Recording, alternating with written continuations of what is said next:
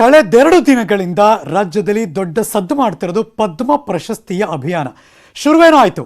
ಮೋದಿ ಅವರು ಕರೆ ಕೊಟ್ಟರು. ಇದರ ಬೆನ್ನಲ್ಲೇ ಹಲವರ ಹೆಸರುಗಳು ಕೂಡ ಪ್ರಸ್ತಾಪ ಆಗ್ತಾ ಇದೆ. Breaking news.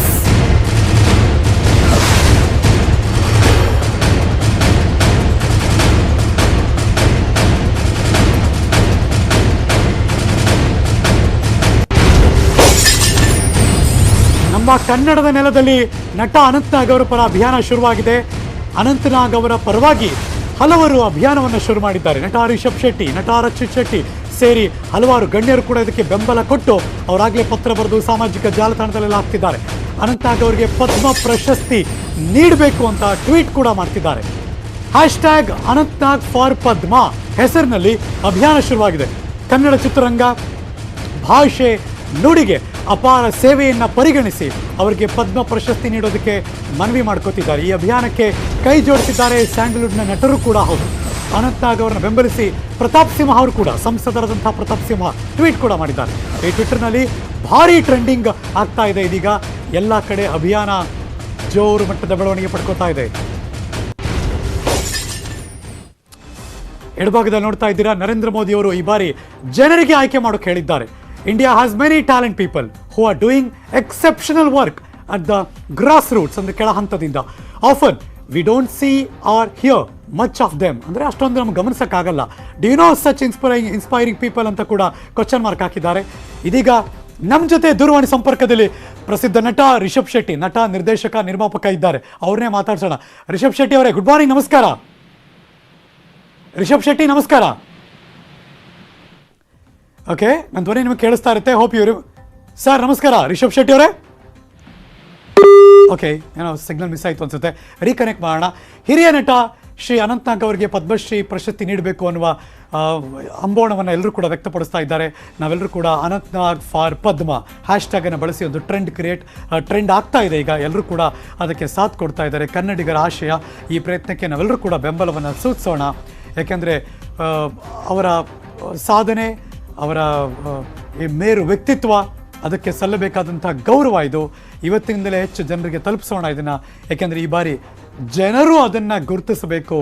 ಜನರು ಯಾರನ್ನ ಅತಿ ಹೆಚ್ಚು ಅಂಥ ಇನ್ಸ್ಪೈರಿಂಗ್ ಪೀಪಲ್ ಜನ ಇದ್ದಾರೆ, ಅವರನ್ನು ಗುರುತಿಸ್ತಾರೋ ಅವರಿಗೆ ಈ ಬಾರಿ ಪದ್ಮ ಪ್ರಶಸ್ತಿಯನ್ನು ನೀಡಬೇಕು ಅಂತ ಕೂಡ ಪ್ರಧಾನಮಂತ್ರಿಗಳು ಕರೆ ಕೊಟ್ಟಿದ್ದಾರೆ. ಈ ಹಿನ್ನೆಲೆಯಲ್ಲಿ ಇದೀಗ ಒಂದು ದೊಡ್ಡ ಮಟ್ಟದಲ್ಲಿ ಟ್ರೆಂಡ್ ಸೆಟ್ ಆಗಿದೆ.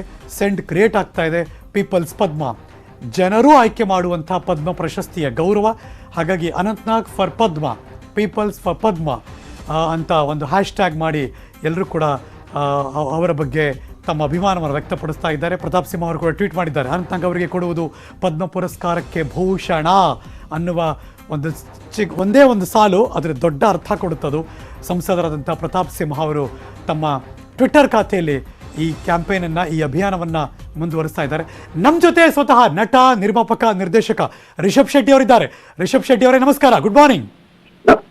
ಗುಡ್ ಮಾರ್ನಿಂಗ್ ಸರ್, ನಮಸ್ತೆ.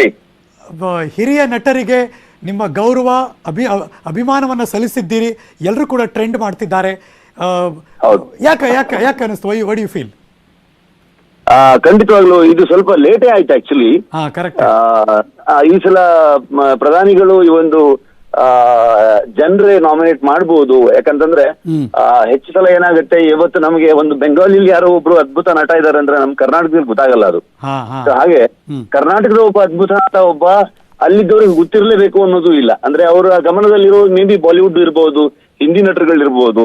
ಹಾಗಾಗಿ ನಮ್ಮ ಒಂದು ಜವಾಬ್ದಾರಿ, ನಮ್ಮವರು ಇಲ್ಲಿದ್ದಾರೆ ಅನ್ನೋದನ್ನ ಗುರುತಿಸಿ ನಮ್ಮವ್ರನ್ನ ತಲುಪಿಸುವಂತ ವಿಚಾರಗಳಿಗೆ ಪ್ರತಿಯೊಬ್ರು ಯೋಚನೆ ಮಾಡ್ಲೇಬೇಕು. ಆ ಕಾರ್ಯದಲ್ಲಿ ನಿರತರಾಗ್ಲೇಬೇಕು ನಾವು. ಅಂಡ್ ಅನಂತ್ ಸರ್, ಲೈಕ್ ನಿಮಗೆ ಅವರ contribution not only for Kannada cinema, ಇಡೀ ಇಂಡಿಯನ್ ಸಿನಿಮಾಗೆ ಇದೆ. ಈವನ್ ಶಂಕರ್ ನಾಗ್ ಅವರಾಗ್ಲಿ, ಅನಂತ್ ನಾಗ್ ಅವರಾಗ್ಲಿ, ನಮ್ಮಲ್ಲಿ ಹೆಚ್ಚು ನಟರು ಇನ್ನೂ ಅಂದ್ರೆ ಅಶ್ವಥ್ ಸರ್ ಇದ್ರು, ವಿಷ್ಣು ಸರ್, ಇನ್ನು ಎಂತೆಂತ ಕಲಾವಿದರುಗಳು. ಸೊ ಅವ್ರಿಗೆಲ್ಲ ಎಲ್ಲೋ ಒಂದ್ ಕಡೆಗೆ ತುಂಬಾ ಲೇಟ್ ಆಯ್ತು. ನಮ್ ಧ್ವನಿ ಎತ್ತಿಲ್ಲ ಅಂತಂದ್ರೆ ಸರಿ ಇರಲ್ಲ ಅನ್ನೋ ತರ ಒಂದು ಫೀಲಿಂಗ್ ಇದು. ಬಟ್ ಈ ಬಾರಿ ಈ ತರ ಜನರೇ ಇದನ್ನ ಆಯ್ಕೆ ಮಾಡಿ, ಸೂಚನೆ ಮಾಡಿ ಅಂತ ಕೊಟ್ಟಿರೋದು ಬಹಳ ಮೆಚ್ಚುಗೆ ವ್ಯಕ್ತಪಡಿಸ್ಬೇಕಲ್ಲ ಈ ತರ. ಖಂಡಿತವಾಗ್ಲು ಪ್ರಧಾನಿಯವರ ಈ ಒಂದು ನಡೆ ತುಂಬಾ ಖುಷಿ ಆಯ್ತು ನಮ್ಗೆ. ಅಟ್ಲೀಸ್ಟ್ ಈಗ ಜನರಿಗೆ ಒಂದು ಅವಕಾಶ ಸಿಕ್ತಲ್ಲ. ಓಕೆ, ಇಲ್ಲಿ ಇಂಥ ಒಬ್ಬ ನಟ ಇಲ್ಲಿದ್ದಾರೆ ಅಥವಾ ಇಂಥ ವ್ಯಕ್ತಿಗಳು ಇಲ್ಲಿದ್ದಾರೆ ಅಂದ್ರೆ ಅನಂತ್ ಸರ್ ವಿಷಯಕ್ಕೆ ಬಂದ್ರೆ ಬರೀ ಸಿನಿಮಾ ಅಷ್ಟೇ ಅಲ್ಲ, ರಾಜಕೀಯ ಕ್ಷೇತ್ರದಲ್ಲೂ ಕೂಡ ಅವರು ಸಚಿವರಾಗಿದ್ಕೊಂಡು ಕೂಡ ಜನಸೇವೆಯನ್ನ ಮಾಡಿದಂತ ಒಬ್ಬ ವ್ಯಕ್ತಿ. ಹೌದು. ತುಂಬಾ ಯೋಚನಾತ್ಮಕವಾಗಿ ಸೊಸೈಟಿ ಹೇಗಿರ್ಬೇಕು, ಸಮಾಜದಲ್ಲಿ ಹೇಗೆ ನಡ್ಕೋಬೇಕು ನಾವು ಪ್ರತಿಯೊಂದು ವಿಷಯ. ನಾನು ಅವ್ರ ಜೊತೆಗೆ ವರ್ಕ್ ಮಾಡಿದ್ದು ಒಂದೇ ಫಿಲ್ಮ್, ಬಟ್ ನನಗೆ ತುಂಬಾ ಒಂದು ನಾಲೆಜಬಲ್ ಟೈಮ್. ನನಗೆ ಎಷ್ಟು ವಿಷಯಗಳನ್ನ ಹೇಳ್ಕೊಡ್ತಾ ಇದ್ರು, ಎಷ್ಟು ವಿಷಯಗಳನ್ನ ಹಂಚ್ಕೊತಾ ಇದ್ರು. ದೇಶದ ಬಗ್ಗೆ ಅವ್ರಿಗಿರೋ ಅಭಿಮಾನ ತುಂಬಾ ದೊಡ್ಡದು. ಅಂಡ್ ನನ್ನ ಪ್ರಕಾರ ಪದ್ಮ ಪ್ರಶಸ್ತಿಗೆ ಒಂದು ಕಳೆ ಬರುತ್ತೆ ಅನಂತ್ ಸರ್ಗೆ ಪದ್ಮ ಪ್ರಶಸ್ತಿ ಕೊಡೋದ್ರಿಂದ ಅಂತ ಅನ್ಕೊಳ್ತೀನಿ ನಾನು. Very true, very true. ಈ ಹ್ಯಾಶ್ ಟ್ಯಾಗ್ ಏನೋ ಅನಂತ್ನಾಗ್ ಅವ್ರಿಗೆ ಪದ್ಮ ಪ್ರಶಸ್ತಿ ಕೊಡಬೇಕು ಅನ್ನುವ ಗೌರವ ಇದೆಯಲ್ಲ, ಅದರಲ್ಲೂ ಕೂಡ ನನ್ಗನ್ಸುತ್ತೆ ಪದ್ಮ ವಿಭೂಷಣ ಕೊಡಬೇಕು ಅಂತ ನಾನು ಫೀಲ್ ಮಾಡ್ತೀನಿ ರಿಷಬ್ ಶೆಟ್ಟಿ ಅವರೇ. ಹೌದಲ್ಲ, ಟಾಪ್ ಪ್ರಯಾರಿಟಿ ಇರೋದಲ್ವಾ, ಟಾಪ್ ಪ್ರಯಾರಿಟಿ ಇರೋದು ಆ ಗೌರವ ಅವ್ರಿಗೆ ಸಲ್ಲಬೇಕು ಅಂತ. ಪದ್ಮಶ್ರೀ ಅಂದ್ರೆ ಅದೊಂದು 40, 20, 30 ಇರುತ್ತದು. ಆದ್ರೆ ಪದ್ಮ ವಿಭೂಷಣ ಅನ್ನೋ ಗೌರವ ಇದೆಯಲ್ಲ, ಟಾಪ್ 2, 3 ಇರುವಂತಹ ಗೌರವ, ಆ ಗೌರವಕ್ಕೆ ಅನಂತ್ನಾಗ್ ಅವರು ನಿಜವಾಗ್ಲೂ ಕೂಡ ಅರ್ಹರು.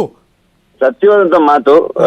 ಯಾಕಂತಂದ್ರೆ ಇನ್ ಯಾವಾಗ ಕೊಡಕ್ ಸಾಧ್ಯ, ಇಷ್ಟೊಳಗಡೆ ಕೊಡ್ಬೇಕಾಗಿತ್ತು ಅನಂತ್ ಸರ್ಗೆ. ಹೌದು ಹೌದು, ವೆರಿ ನಾವು ಯಾವತ್ತು ಲೆಜೆಂಡ್ಗಳನ್ನ ನಮ್ಮಿಂದ ಅವರು ದೂರ ಹೋದ್ಮೇಲೆ, ಅವರ ಕಾಲದ ನಂತರ ಎಷ್ಟೋ ವರ್ಷಗಳು, 100 ವರ್ಷ ಆದ್ಮೇಲೆ ನೆನ್ಸ್ಕೊಳ್ಳೋದಕ್ಕಿಂತ ಅವ್ರು ಮಾಡಿದಂತ ಸಾಧನೆ, ಅವ್ರು ಮಾಡಿದಂತ ಕೆಲಸಗಳನ್ನ ರೆಕಗ್ನೈಸ್ ಮಾಡಿ ಈಗಲೇ ಅವರಿಗೆ ಅದೊಂದು ಪ್ರಶಸ್ತಿ ಕೊಟ್ಟಾಗ ಅದಕ್ಕೊಂದು ಶ್ರೇಷ್ಠತೆ ಬರುತ್ತೆ ಅಂತ ನನ್ನ ಅಭಿಪ್ರಾಯ. ಒಬ್ಬ ನಟ ಪಾತ್ರವನ್ನ ನಿರ್ವಹಿಸ್ತಾರೆ ನಿಜ, ಆದ್ರೆ ಪಾತ್ರದ ಆಯ್ಕೆ, ಆ ಮೂಲಕ ಜನರಿಗೆ ಒಂದಷ್ಟು ಪ್ರೇರಣೆ ಆಗೋದು, ಇನ್ಸ್ಪೈರ್ ಮಾಡೋದು, ಆ ಮೂಲಕ ಒಬ್ಬ ಜವಾಬ್ದಾರಿತ ಸ್ಥಾನದಲ್ಲಿ ಹೀಗೂ ಒಬ್ಬ ನಟ ಇದ್ದಾರೆ ಅಂತ ಸಮಾಜಕ್ಕೆ ಒಂದು ಒಳ್ಳೆ ಮೆಸೇಜ್ ಪಾಸ್ ಮಾಡೋದು, ಹೌ ಇಂಪಾರ್ಟೆಂಟ್ ರಿಷಬ್ ಅವರೇ ನಿಮ್ ಪ್ರಕಾರ ಇದು? ಖಂಡಿತವಾಗ್ಲು. ಯಾಕಂತಂದ್ರೆ ಅದು ಬರೀ ಯಾವ್ದೋ ಕ್ಯಾರೆಕ್ಟರ್ ಸಿಗುತ್ತೆ ಅಥವಾ ಅದರಿಂದ ದುಡ್ಡು ಬರುತ್ತೆ, ನಮ್ಗೊಂದು ಹೆಸರು ಬರುತ್ತೆ ಅನ್ನೋದಷ್ಟೇ ಅಲ್ಲ. ನಮ್ಗೆ ಸಾಮಾಜಿಕ ಕಳಕಳಿ ಮತ್ತೆ ಸೊಸೈಟಿಯ ಮೇಲಿನ ಜವಾಬ್ದಾರಿಗಳು ತುಂಬಾ ಇಂಪಾರ್ಟೆಂಟ್ ಆಗುತ್ತೆ. ಹಾಗಾಗಿ ಆ ಬಾಯಲ್ಲಿ ಬರುವಂತ ಮಾತುಗಳು ಕೂಡ ಒಬ್ಬ ನಟನಿಗೆ ಈ ಮಾತು ಹೇಳೋದ್ರಿಂದ ಸಮಾಜದ ಮೇಲೆ ಏನ್ ಪರಿಣಾಮ ಬೀರುತ್ತೆ ಅನ್ನೋದು ತುಂಬಾ ಮುಖ್ಯವಾಗಿ ಅವನ ಜವಾಬ್ದಾರಿ ಕೂಡ ಆಗಿರುತ್ತೆ.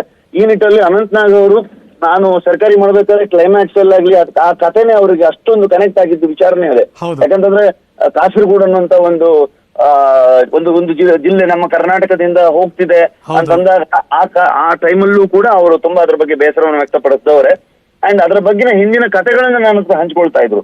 ಇವತ್ತು ನೋಡಿ, ನೀವು ಇವಾಗ ಎಲ್ಲಿವರೆಗೆ ಆಯ್ತು ಅಂತಂದ್ರೆ, ಒಂದು ಪ್ರದೇಶ ಬೇರೆ ರಾಜ್ಯಕ್ಕೆ ಹೋದ ತಕ್ಷಣ ಇವತ್ತಲ್ಲಿ ಮಂಜೇಶ್ವರ ಇದ್ದಿದ್ದು ಮಂಜೇಶ್ವರಂ ಆಗ್ತಿದೆ.